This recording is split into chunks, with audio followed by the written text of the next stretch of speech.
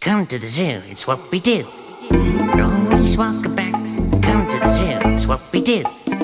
Always walk back. Always walk back. Come to the zoo, it's what we do. Always walk back.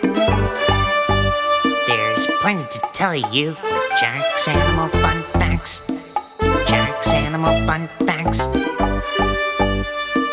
Jack's Animal Fun Facts.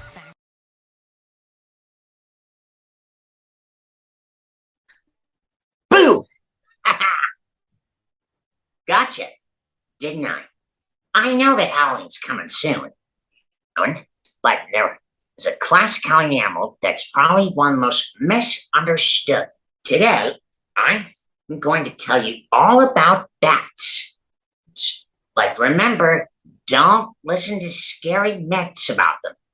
And especially when it comes from animals, because it's not right. But before we can get started, let me tell you something here. It's our job, our duty, to dispel the popular notion about them. How's that going to help? Well, let's get started here. You may think that a bat has a blind. Wrong. Bats have good eyesight. There's never a bat that's blind. Another thing, bats aren't dirty. Nope, bats are remarkably well groomed. They use their sharp There's their hind feet to comb their fur and lick themselves. Here, I'll show you. See?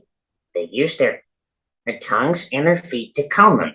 And you may think that bats are related to birds. Wrong again. Nope. Oh, not correct. Error. Reset. To get to the real deal, let me introduce you to a special friend of mine. When the sun goes down, the day comes to an end. Not everybody goes to bed then. Night times the animals can play, especially bats. Here she is. Allow me to introduce her. This is Kim Williams. She's from the Organization of Bat Conservation. Bats are wonderful, amazing animals. They're more like you and me than most people think. Kim loves bats so much. She spends a lot of time with them. Obesity's Bat Zone, teaching people all about bats. And let's find out why bats are our friends. My name is Kim Williams, and I am the executive director. She's the executive director. Bats aren't really scary. The reality is they're shy, gentle creatures. They're harmless. People need to know the truth about them.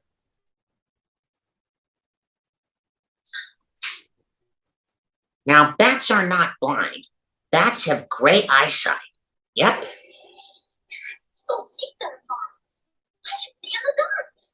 Here's how the bats are licking each other. And bats, they don't fly into people's hair. Nope, that's a myth. Bats don't do that.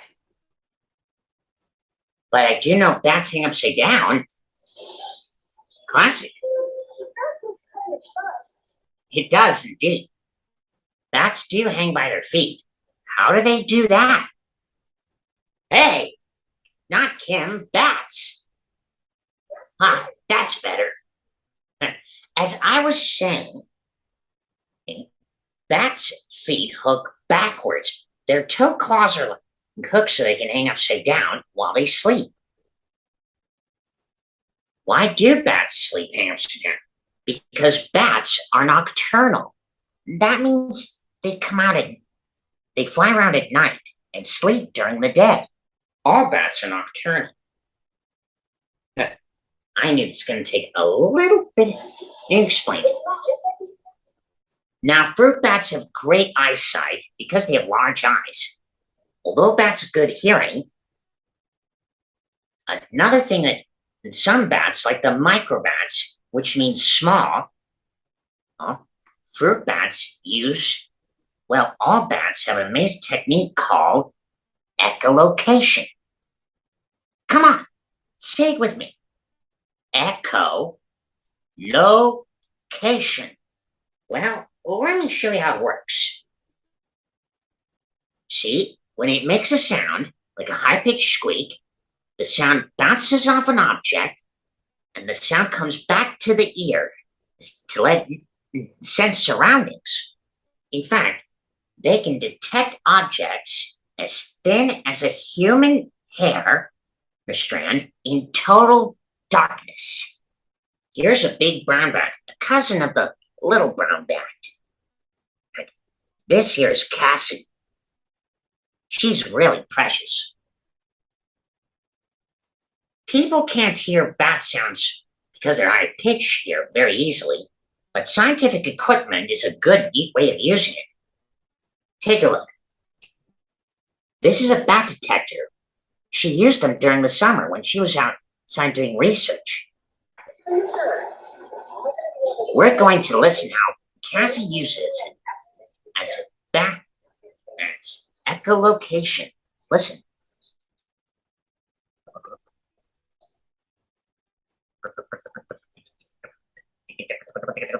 It sounds like popcorn. While it sounds like popcorn, So let me turn it off. Cassie's still doing it. We can't hear it. While micro means small, the smallest bat in the world is the bumblebee bat of Asia. The size of a bumblebee, and it can fit in your hand. Well, some bats are insectivores, mean they eat insects like moths or mosquitoes. A little brown bat can eat 600 mosquitoes in an hour, which means for most microbats, they can eat 1 million insects in 2 hours, which makes it a less itchy place here. Ha. Goodbye, bugs, Rat. Hello, bats. That's a lot, like 20 large pizzas. Too much for my tummy. But not all bats eat insects. Some bats live in rainforests like fruit, and some bats like flowers. In fact, some that like flower nectar even pollinate them. How can bat do that here? Because bats have good sense of smell. Just like me. As you all know, this baby bat is clinging to her mother's breast. A baby bat is called a pup. That's what you call a baby bat, all right. But there's a little difference. Baby bats hold on to their mothers while searching for food, and the microbats, mothers leave their pups here at the roost, which is the place where they sleep in, and left with a sitter, while they go out looking for something to eat. Did you know that some bats fly south for the winter? And speaking of which, here's something I'd like you to see here. From Mexico all the way to South America, the vampire bat. The most misunderstood bat in the world. But don't worry, vampire bats don't get blood from people. Oh, not true. See, vampire bats ants don't get blood from people at all. See, they prefer mammals and birds native to their environments. But here's how it works. See, the nose, besides using echolocation, bats' nose are good at heat sensing from body heat of other animals. Another technique here, when they find an animal like a cow, donkey, sheep, goat, pig, or chicken, from an animal native to its natural environments, they make a tiny paper cut with their teeth and lick it up with their special grooved tongue.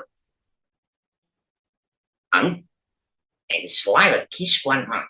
They can have 2 tablespoons of blood in a single day. It doesn't harm the animal. And bats don't have rings. That's just a myth. Bats are harmless. They don't want anything to do with humans. However, when a vampire bat gets a full stomach, there's one little detail. What's that? Well, you see, a full stomach means one thing. It'll have to rest and walk around on the ground. In fact, vampire bats are the only bats that can run and jump and walk on all fours. So they have to rest until they get able to fly again. Huh. Reminds me of me when I have a full stomach. I need to rest before I get up and at 'em. And did you know there are about 1,100 different kinds of bats in the world? And they're all so different. And but the biggest ones of all are the great Indian flying fox and the golden crowned fruit bat, the largest bats in the world. And speaking of large, there's someone I'd like you to know about. This is the bat the book Stellaluna was based on. Just like Penelope, for example. Little Penelope, for example. She's an Egyptian fruit bat. When Penelope was just a small baby, she was a little sick. But thanks to Kim Williams, she helped her get better. In fact, helping animals is a very good thing. Taking care of bats is a very important responsibility. Like the time she was feeding this baby bat here, giving good milk. They had to be fed every 3 hours. Yep. So why is she giving him milk? Because bats are mammals. It seems Kim is a baby bat's foster mother. She's right. Bats don't have feathers or beaks. Bats are mammals. That's why the mothers give milk. Is that true? Bats are the only mammals that can fly. How can a bat do that here? Do you want to see how it works? Good. Look at the bat's wing up close, this Rockies Island fruit bat. Careful, the wings are kind of ticklish. As I was saying, the bat's wing has a long arm, a tiny thumb, and 4 long fingers, and skin spread between called a membrane. It may seem fragile, but it's the same texture as you gently touch your eyelids. It's the same texture on a bat's wing. Go on, feel it. See? Stellaluna is a fruit bat? Yes. Fruit bats are found in different parts of the world. There are some in Central and South America, but most fruit bats live in Africa, Asia, and Australia. Fruit bats are also called megabats, but they're also called flying foxes. It's called a flying fox because of the looks of their faces, just like a fox. While they love to eat fruit, they spread the seeds in the rainforest so new plants and trees can grow. In fact, that's very helpful to the rainforests, and for good reason. We get oxygen, we get medicine from the rainforests, and also all the animals who live in the rainforests, as they call it home, like monkeys and birds like hornbills and parrots. They have a lot in common with us. It's not how you look, it's who you are. Bats are good guys. They're our friends. You can find out a lot about bats here, including looking up online or on books here at your local library. That's a good way to start, indeed. Being a bat is one thing. Another kind of bat here is the ghost bat from Australia. But check out this one. These are tent-making bats. They make a tent out bigly by chewing little veins on the leaf to make it fold, so it can sleep there during the day. And that funny-looking one is a hammerhead bat. Don't forget the horseshoe bat and the leaf nose. I know there's so many kinds, but what kind of bat is Stellaluna here? That's easy. Stellaluna is a Gabi in aquatic fruit bat. Stellaluna and her family live right here, deep in the heart of Africa, in the sultry forest. That's where they live. Before we can get on to the story here, let me tell you what Stellaluna was really all about here. While Janelle Cannon was written and illustrate that book when she heard about it and made it her version, I discovered how the whole story goes here a little while, well, a while ago. Let me introduce her. There she is. Yeah, I know. Stellaluna is kind of cute for a baby bat. Does she really look that way? Well, not only at all, but I have a theory. Here's how it happened. It all began, in like this here. Stellaluna by Janelle Kennedy. It all began in like this, in a warm, sultry forest, just far in the heart of Africa. There once lived a mother fruitbat and her new baby. So what did she look like when she was born? I have a behind-the-scene picture I might show you. On that very day she was born, deep in a nice cozy cave here, and Stellaluna's mom had a nice cozy roost. There she is. Like I said before, and she is really cute. Yep, and all the members of the family came to check it out. Bats live in family groups called colonies. That's what you call a bat's family group.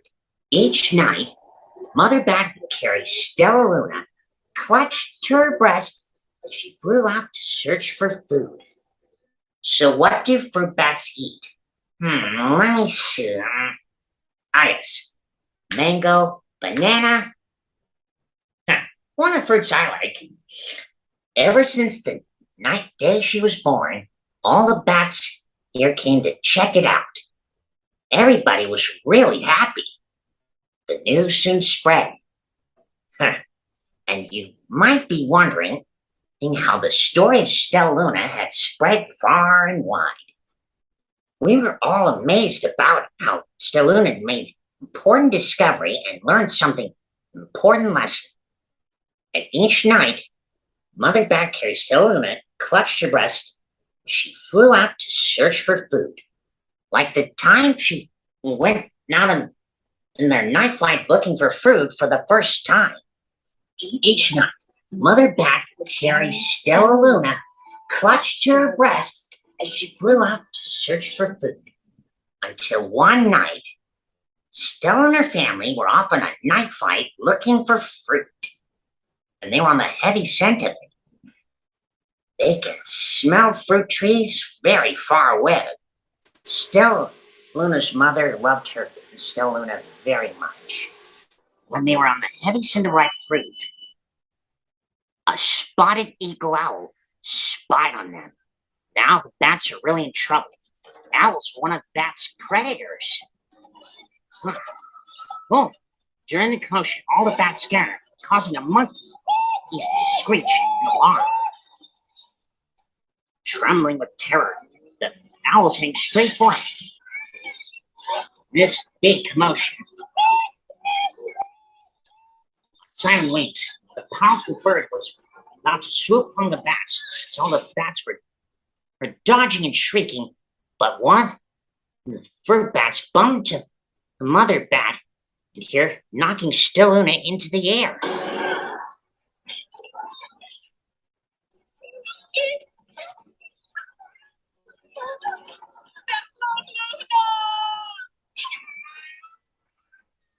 Hang on, Stellaluna, I'm coming. Mother fruit bat and all the bats got here just in time. They all escaped. And Stellaluna dropped down to the forest below. Oh, the branches that slowed down here until she caught one that was small enough to hold on to Stellaluna's tiny feet. Stellaluna was terrified. She slapped her wings around her body. Soon, she fell asleep. Oh, safe and sound. The owl is gone now. Thank goodness that spotted eagle owl had hit the road. For now, we hoped. But I better stay alert. For us fun kids like me, there are already too many dangers around.